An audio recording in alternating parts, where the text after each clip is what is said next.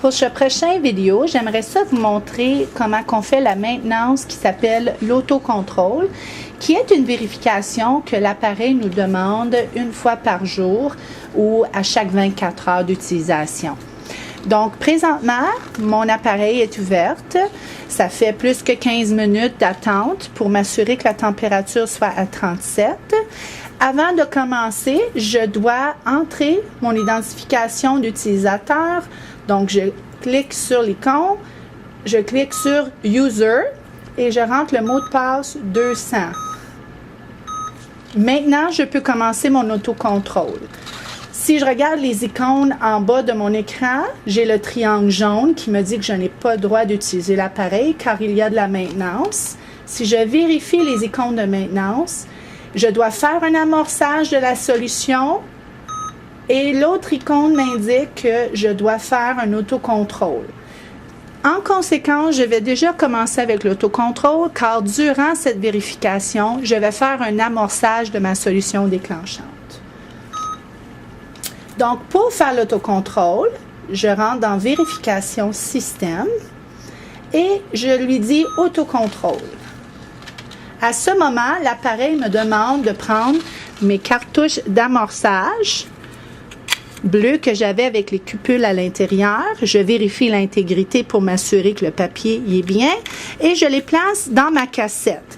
Il me demande de mettre une cupule vide dans la position A de mon rack et la position B. Je m'assure qu'il soit bien placé et je le mets sur le carrousel en m'assurant que tout est bien rentré car sinon le carrousel va accrocher dans l'appareil. À ce moment, je lui dis continue une fois que j'ai placé la cassette sur le carrousel.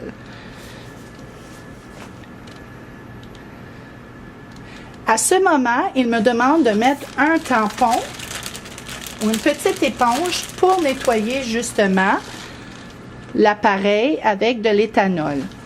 Donc, avec ma bouteille, j'ajoute quelques gouttes sur le tampon, m'assurer que le tampon éponge soit imbibé et je le mets dans le petit trou réservé pour ce tampon. Maintenant, je peux peser continue.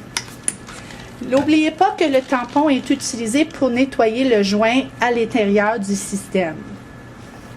À ce moment, l'appareil va faire beaucoup de vérifications, s'assurer qu'il n'y a pas de fuite d'air avec le joint, que le salin se propage bien. Il va faire un déclenchement de la solution que nous, on doit vérifier par après pour s'assurer que tout est beau.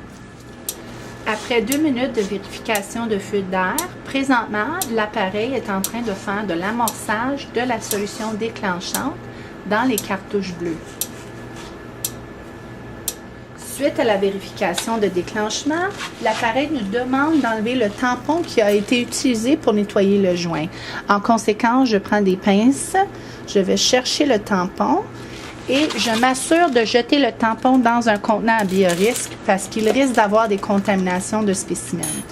Par la suite, je peux dire à l'appareil de continuer.